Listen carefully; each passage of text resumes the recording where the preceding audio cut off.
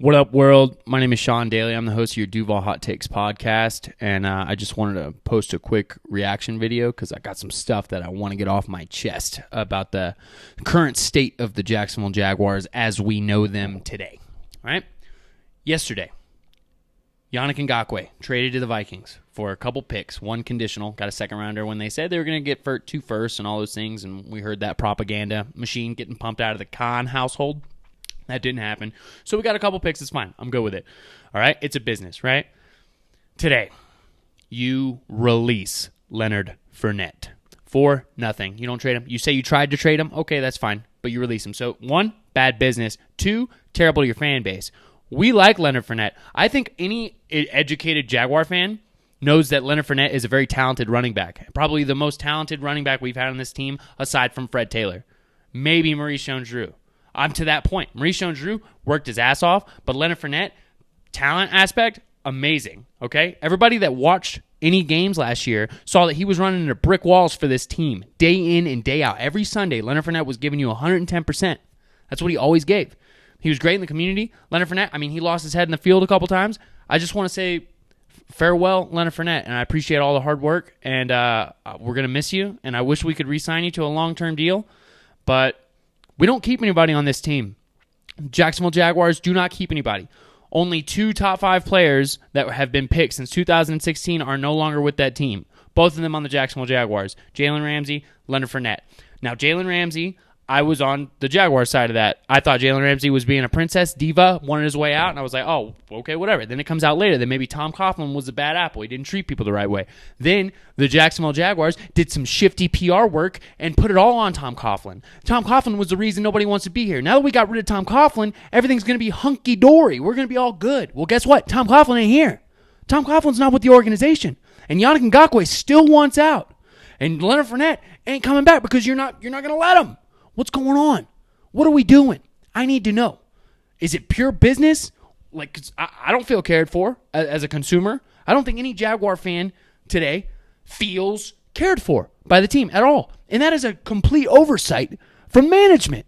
Get it together. Figure it out. I'm gonna lay it down bare bones. I'm gonna explain it in a way I think everybody can comprehend. If you want to say this is a business, okay, you can't get too emotionally invested or whatever. That's what football is. Football is emotional investment. The only people that are signing your checks, the fans, all these people, are emotionally invested. All the TV money you get, those eyeballs in front of the TV, that's emotionally invested. And how can you expect to have any type of fan base to get emotionally invested in your team when the players change every year? I'm gonna break it down for you, okay? So when you want to talk about business, let's talk about business. Let's talk about a restaurant, right?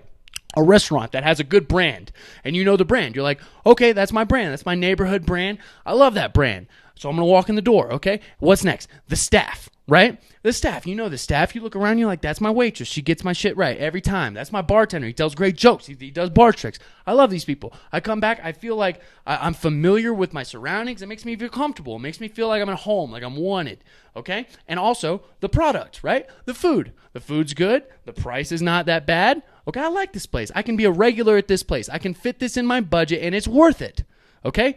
Jacksonville Jaguars. If the Jacksonville Jaguars were a restaurant, they would be the worst restaurant on your block. You would look at it, and it would just be broken down. It would look like the chum bucket from SpongeBob. You understand? Only people that go into that place are dust balls. Dust balls getting blown in there. Are you kidding me? Okay, number one, brand, terrible.